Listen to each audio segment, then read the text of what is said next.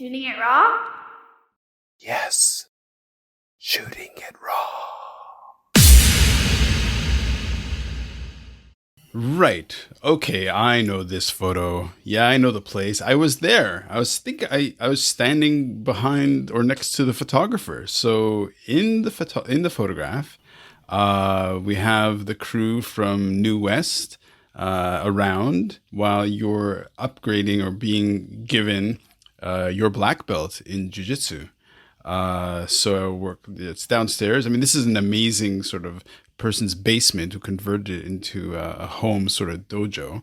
But yeah, so there you are. You're holding onto your brown belt, and he's sort of unfurling this brand new crisp black belt, and everybody's clapping, everybody's happy for you, and you're being given your black belt. So yeah, man, that was quite the achievement. So tell us more. Yeah, I chose that photo because I started training jujitsu when I was 13 or 14. I don't remember exactly. It's between 13 and 15 around then. And then I've managed just to like stick with it for the past like 15, 16 years. So unfortunately I've taken some breaks in training, and I think consistently I've trained maybe like 11 years. But it just, I don't know, it showed persistence because jujitsu never came easily for me. Like even now, learning new techniques, I feel takes me twice as long as everyone else. Like I was never the most talented at it. But I don't know, I just stuck with it. And I had a lot of friends who I trained with who just would stop training over time and then get back into it. No, but it's still amazing. I mean, like to reach that ability and that kind of level in BJJ. I mean, it shows. I mean, it's quite an achievement. Yeah, no, I'm really proud of myself for getting my black belt with it in. Well, it's a really long, hard road, and there's it's one of mostly a failure for the first part. For the first year or two, it's just sucking for a long time, which is of course very humbling. And like, how was your progression up the belts? Were they quick? Were they slow? Like, how was that? I think it took me maybe 2 years. Oh, brown belt. I think that was 2 years also, but I stayed at the blue belt level for a really long time. I think I was a blue belt for 5 or 7 years. Right, right. Well, I mean, it's not like it's so unusual because I've met a lot of people who have taken, who are stuck at one kind of belt level, blue or purple or whatever, for years and years, and that's just the length of their journey, I guess. Yeah, it's still. I mean, it's still astounding because to get to that level is like just so much work, and there are no shortcuts really. I've still got pretty bad imposter syndrome. I don't know. To be honest, I still feel more like a brown belt, and with the black belt, I feel there is a bit more of a target on your back and a bit more stress. And well, I'm pretty new black belt, so it'll be cool to see the progression in like a year. But I got it in September, and then for the first couple of months, I was proud of myself, but I also like hated it because there's this whole new level of like responsibility, and it was just terrifying. And I like didn't feel ready. I felt like I conned everyone into like thinking I deserve, like it was pretty bad. And now I've loosened up a bit. I've put the time in. I've been training hard. I deserve it. And I've also the first couple of months when I got my black belt, I changed the way I rolled. I was a lot more defensive, and I wouldn't really take risks just because I was terrified of like being potentially submitted as a black belt. But the last 2 months, I've loosened up a lot more. And just start trading like I did before, taking more risks when I roll. And if I get submitted by someone, then good for them. Like, yeah. Yeah, that's exactly right. And I think, from any, if you're a spar, you have good days, you have bad days. And sometimes somebody who you think was going to be a pushover ends up teaching you a hard lesson. And yeah, it's just, I don't know. For somebody who doesn't do any of this stuff, they're probably like, yeah, yeah, big deal. Who cares?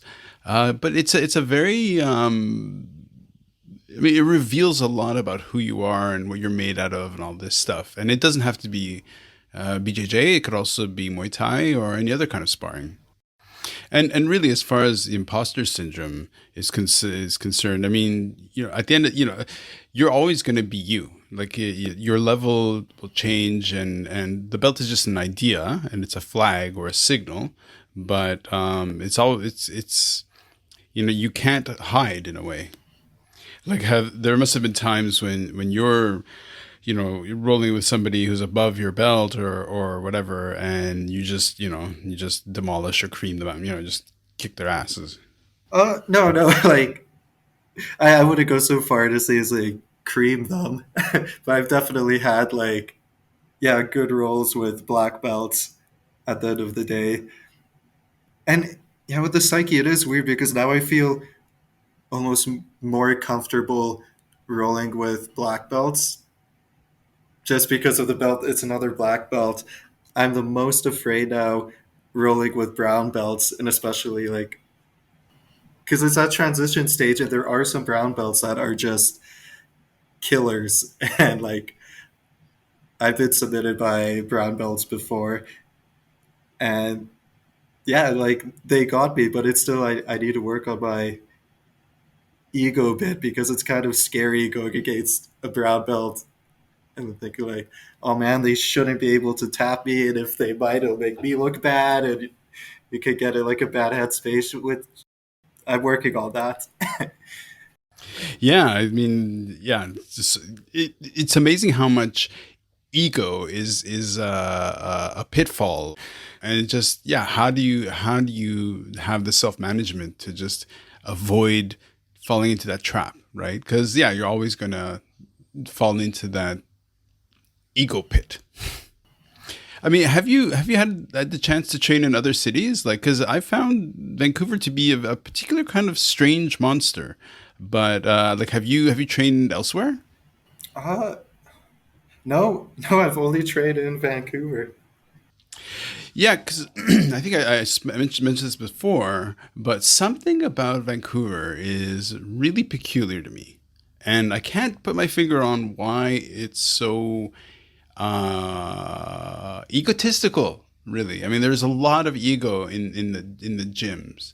Um, just from my experience, sorry, Vancouver. I don't know what it is. Is it because of I mentioned this before. Like, is it the film industry that makes people really kind of combative or not combative, but like essentially like it's like a zero sum game of the only way that you can find work is if you beat everybody else, and it's basically kind of superficial or whatever it is. Like I don't know what it is or why it is, but I've found the attitude in the gyms to be really peculiar.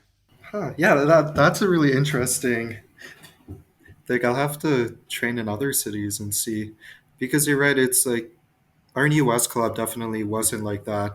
It's more if I go to other clubs for open mats where I don't really know people, and yeah, I'm curious if no, now just really I want to train elsewhere now and see how it is. I need to.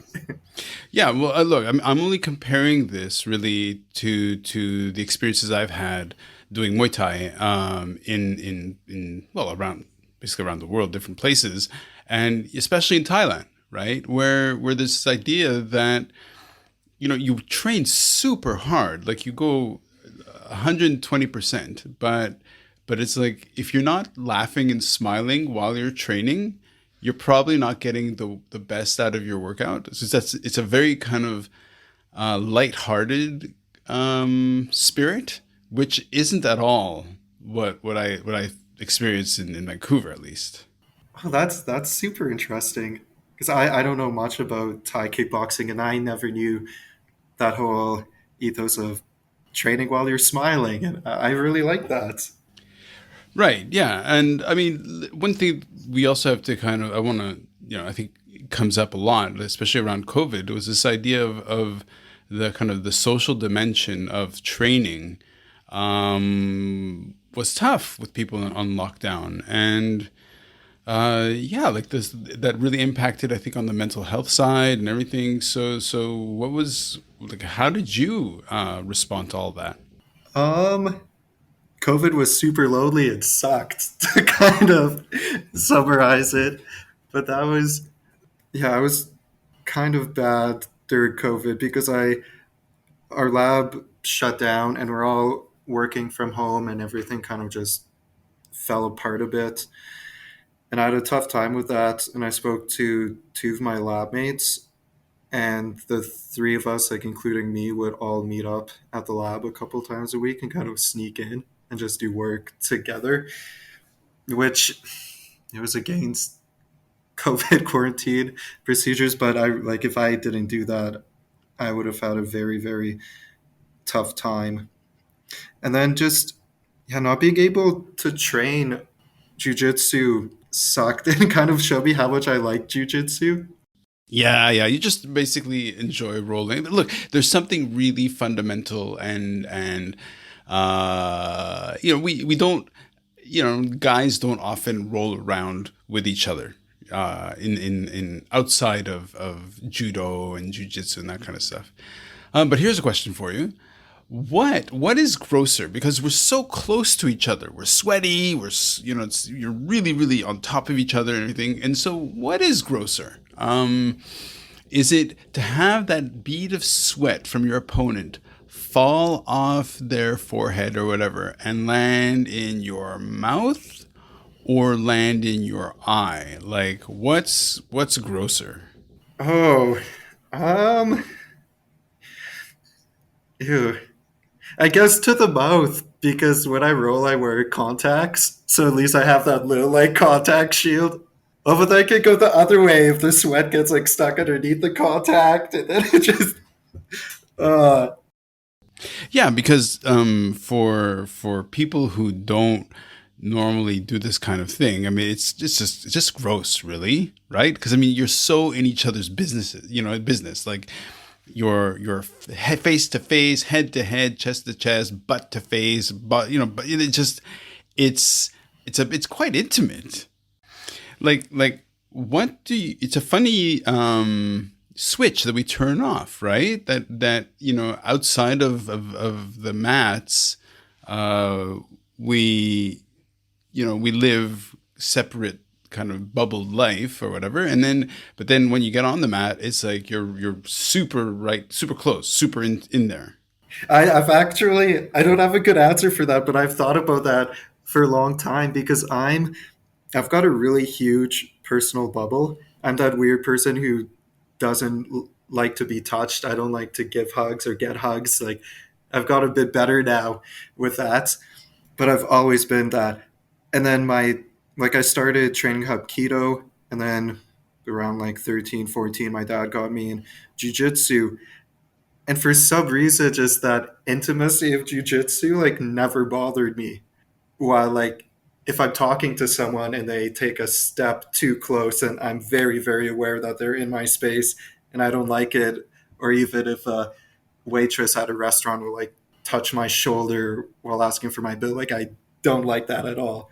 But jujitsu is okay for whatever reason. Like, Yeah, it's like, excuse me while I rub my butt right in your face. yeah.